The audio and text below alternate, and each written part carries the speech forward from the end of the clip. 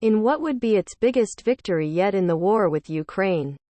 Russia claimed to have captured Mariupol after a nearly 3-month siege that reduced much of the strategic port city to a smoking ruin, with over 20,000 civilians feared dead.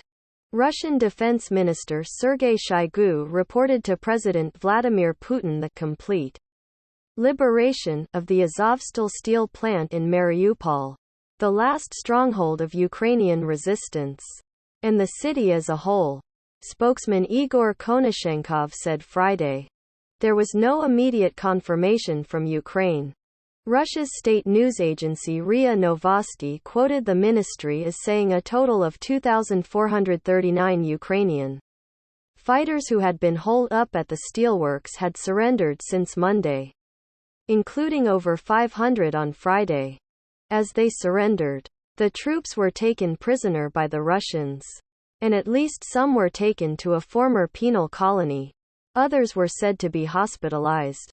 The defense of the steel mill had been led by Ukraine's Azov regiment, whose far-right origins have been seized on by the Kremlin as part of an effort to cast its invasion as a battle against Nazi influence in Ukraine. Russia said the Azov commander was taken away from the plant in an armored vehicle. Russian authorities have threatened to investigate some of the steel mill's defenders for war crimes and put them on trial, branding them Nazis and criminals. That has stirred international fears about their fate. The steelworks, which sprawled across 11 square kilometers, 4 square miles, had been the site of fierce fighting for weeks. The dwindling group of outgunned fighters had held out, drawing Russian airstrikes, artillery and tank fire, before their government ordered them to abandon the plant's defense and save themselves. The complete takeover of Mariupol gives Putin a badly needed victory in the war he began on Feb.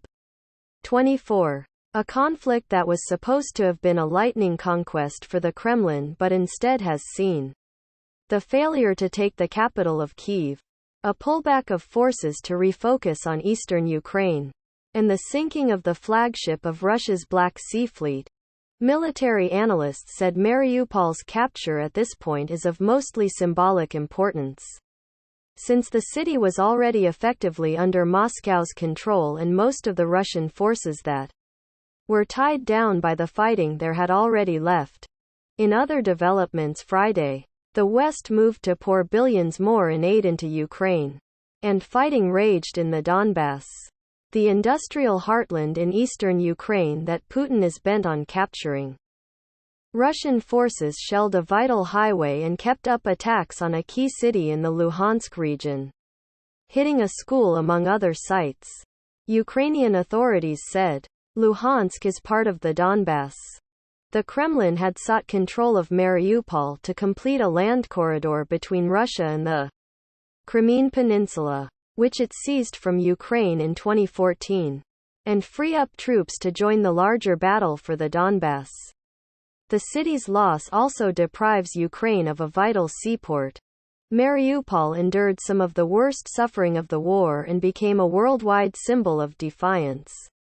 An estimated 100,000 people remained out of a pre-war population of 450,000. Many trapped without food, water, heat or electricity. Relentless bombardment left rows upon rows of shattered or hollowed-out buildings. A maternity hospital was hit with a lethal Russian airstrike on March 9, producing searing images of pregnant women being evacuated from the place. A week later, about 300 people were reported killed in a bombing of a theater where civilians were taking shelter, although the real death toll could be closer to 600. Satellite images in April showed what appeared to be mass graves just outside Mariupol, where local officials accused Russia of concealing the slaughter by burying up to 9,000 civilians. Earlier this month, hundreds of civilians were evacuated from the plant during humanitarian ceasefires and spoke of the terror of ceaseless bombardment, the dank conditions underground and the fear that they wouldn't make it out alive. As the end drew near at Azovstal, Wives of fighters who held out at the steelworks told of what they feared would be their last contact with their husbands.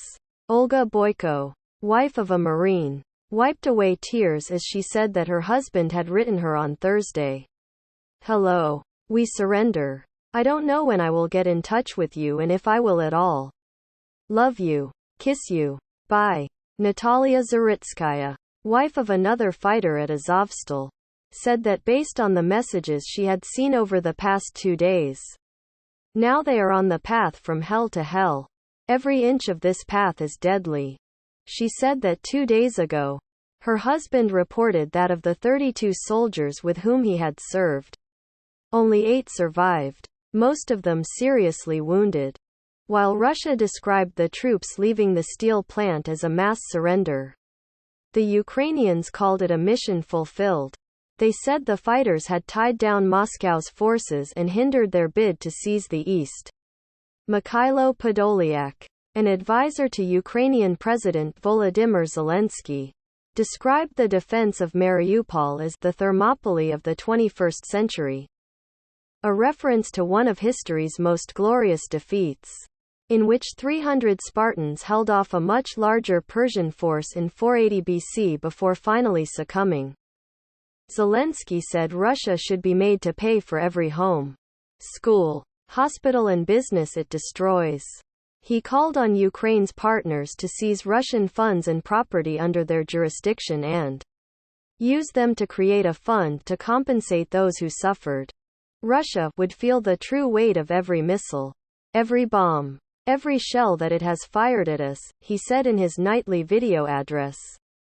The group of 7 major economies and global financial institutions agreed to provide more money to bolster Ukraine's finances, bringing the total to $19.8 billion. In the U.S., President Joe Biden was expected to sign a $40 billion package of military and economic aid to Ukraine and its allies. Russia will cut off natural gas to Finland on Saturday, the Finnish state energy company said. Just days after Finland applied to join NATO, Finland had refused Moscow's demand that it pay for gas in rubles. The cutoff is not expected to have any major immediate effect. Natural gas accounted for just 6% of Finland's total energy consumption in 2020. Finnish broadcaster YLE said. A captured Russian soldier accused of killing a civilian awaited his fate in Ukraine's first war crimes trial. SGT. Vadim Shishimarin, 21, could get life in prison. Russian lawmakers proposed a bill to lift the age limit of 40 for Russians volunteering for military service.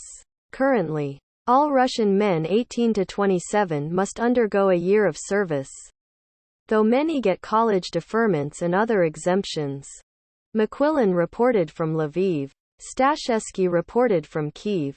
Associated Press journalists Uraz Karmanow in Lviv, Andrea Rosa in Kharkiv, Jamie Keaton in Geneva and other AP staffers around the world contributed.